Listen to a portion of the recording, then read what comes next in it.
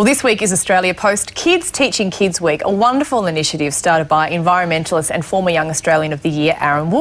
Now, this morning, the national event kicks off in Williamstown in Victoria, where 5 primary schools are banding together to help solve some of our nation's environmental issues. Joining us is the founder of the event, Arron, and guest speaker and author, John Marsden. Welcome, gentlemen. Hi, guys. How are you? Now, Arron, if I can start with you, the teacher in me absolutely loves the concept of kids teaching kids. Tell us how it works. Yeah, well, look, Kids Teaching Kids is a program where the kids actually get to reverse roles with the teachers. So they study a local environmental issue, something that's really important to them. So it could be water, waste, biodiversity, energy, climate change, and then they put that into their own language. And it's really about kids knowing how to teach each other best. So, you know, teachers learn from teachers, business people from business people, and kids learn from kids best. So it's really about using their voice to inspire on-ground action right across the country. That's great. And look, some of these kids have travelled a long way, all the way from the Kimberley, some of them. Tell us why they're here. Yeah, it's fantastic. We got some kids from Ringers Soap. Now, get this, I get a little bit worried about being in the car 20 minutes going to the supermarket. These guys live just outside of Halls Creek in WA, and they took 17 hours just in the bus to actually get to Darwin before they started their trip to come here to St Mary's in Melbourne. And events like this are happening right across the country. We've got Perth, we've got Darwin, we've got, you know, Taronga Zoo today doing the same thing. But the social outcomes are nearly just as important as the environmental outcomes. So building resilience, teaching leadership, making sure these kids are part of a cohesive and really sustainable future. So, John Marsden, you're such a respected author and principal, of course. How did you get involved? Well, I've always had strong views about the way we treat children.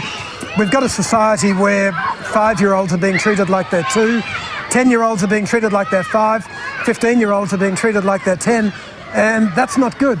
So any program like this, where kids take on really adult roles and adult responsibilities and start to develop a voice of their own, there's got to be good. It's a great way of empowering them in a very meaningful way, and by putting them in a position where they become not the passive receivers of information, but activators who are in the classroom and really taking the initiative. John, I've got to ask you something. I was helping my daughter with her school project just on the weekend, and she described how polar ice caps are being found in Sydney Harbour. How do you stop them from getting it all wrong and keeping them on track as teachers in the classroom? Does it actually work? Look, I think we underestimate kids so much. Their ability to absorb knowledge and to screen it and to use it in a sensible and discerning way is really fantastic.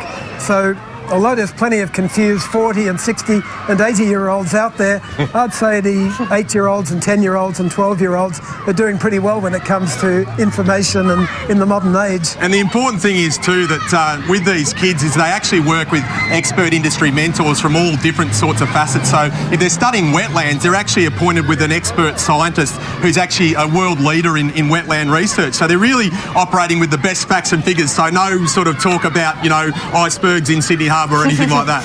It's a wonderful, wonderful program, Arron. How can kids and schools get involved around Australia this week? Well, just like the kids behind me, we've got over 400 events going in every state and territory. They can go to kidsteachingkids.com.au, sign up and be part of a more sustainable future. And we really hope the solutions they're talking about today will actually play a role in how we see Australia into the future. And maybe breed some future school teachers. Please thank Arron Wood and John Marsden. Thanks, Greg.